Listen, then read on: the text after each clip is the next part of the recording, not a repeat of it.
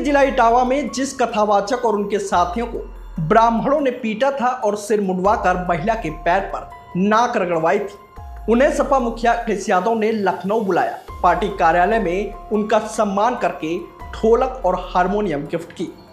इस दौरान कथावाचक और उनके साथियों से सपा मुखिया ने कथा भी कहलवाई, साथ ही उन्हें लिफाफे में 21-21 हजार रुपए दिए। हालांकि अखिलेश ने 51-51 हजार रुपए देने का ऐलान किया है। कथावाचक और उनके साथियों का सम्मान करने के बाद सपा मुखिया अखिलेश यादव बोले कि प्रभुत्ववादी सीमाएं लांघ गए हैं, ये वर्चस्ववादी लोग सर तक मुड़वा दे रहे हैं, रात भर पीटते हैं, ढोलक छीन लेते हैं और पैसों की मांग करते हैं। उन्होंने आगे कहा कि ये वर्चस्ववादी और प्रभुत्ववादी लोग ताकत कहां से पा रहे हैं, यह सरकार हार्टलेस है, हर असंवैधानिक काम का समर्थन करती है।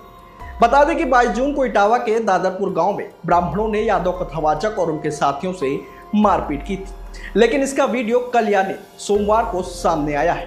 कानपुर के कथावाचक मुकुटमणि सिंह के मुताबिक ब्राह्मणों ने पहले उनकी जाति पूछी। जब उन्होंने बताया कि वे यादव बिरादरी से हैं, तो उन पर दलित होने का आरोप लगाते हुए धमकाया गया। इसके बाद बोले कि ब्राह्मणों के गांव में भागवत पाठ करने की हिम्मत कैसे हुई।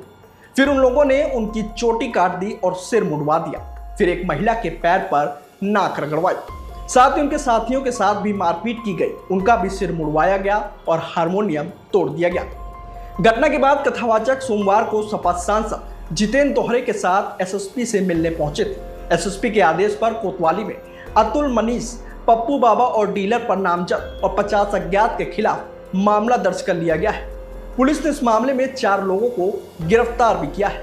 वहीं मंगलवार को सपा मुखिया अखिलेश यादव ने पीड़ित कथावाचक और उनके साथियों को लखनऊ बुलाया और उनका सम्मान किया है।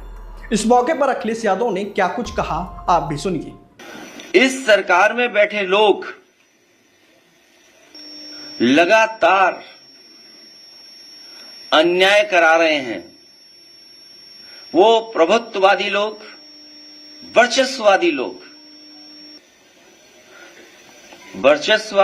प्रभुत्ववादी लोग लगातार पीडीए परिवार के लोगों को डरा रहे हैं, धमका रहे हैं, अपमानित कर रहे हैं।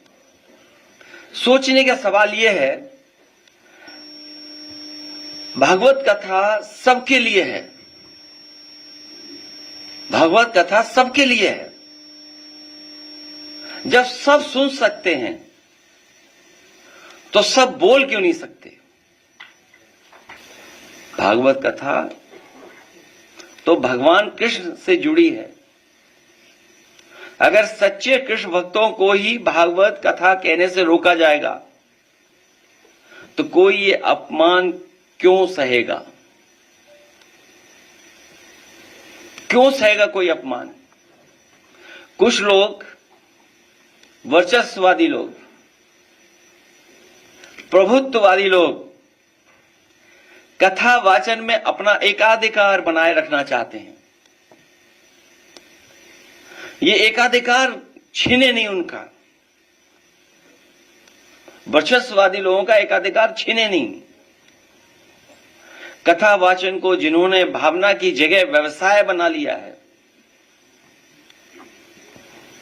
व्यवसाय बनाने वाले लोग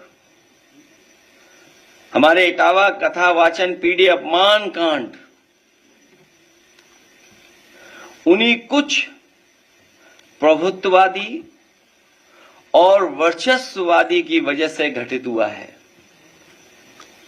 अगर पीड़ित समाज के इन लोगों को इतना ही परहेज है तो घोषित कर दें कि परंपरागत रूप से कथा कहने वाले वर्चस्ववादी पीड़ित समाज द्वारा दिया गया चढ़ावा, चंदा, दान, दक्षिणा कभी स्वीकार नहीं करेंगे।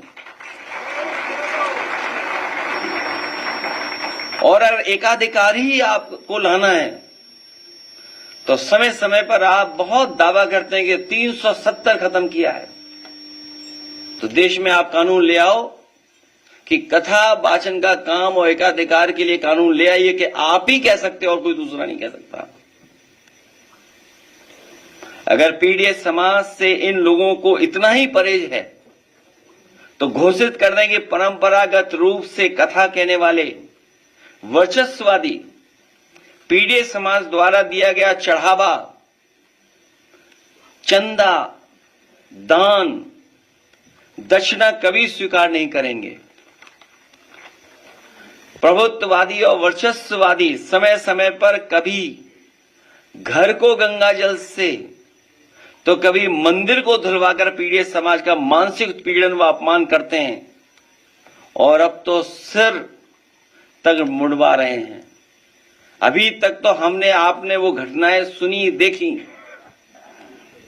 जहां पर घरों को गंगा जल से धोते थे ये लोग। अगर कोई पीड़ित परिवार का मंदिर चला जाए तो मंदिर को गंगा जल से धोते हैं और अब तो सीमा लांघ गई ये वर्चस्ववादी। आखिरकार किसका आशीर्वाद है? क्या सरकार का आशीर्वाद नहीं है जिसकी वजह से सर तक मुंडवा दे रहे हैं, पेशाब तक करवा दे रहे हैं और रात भर पीटने के साथ साथ उनकी ढोलक छीन लेना, हारमोनियम छीन लेना, दबाव बनाकर के कितने पैसे देना था कथावाचक के लिए, उसमें जो खर्चा हुआ वो खर्चा नहीं दोगे तो रात भर पिटोगे, अगर पैसा दे दोगे तो बचोगे। आखिरकार ये वर्चस्ववादी और प्रभुत्ववादी लोग इतनी ताकत कहां से पा रहे हैं? भाजपा राज में पीड़ित समाज को हेय दृष्टि से देखा जाता है।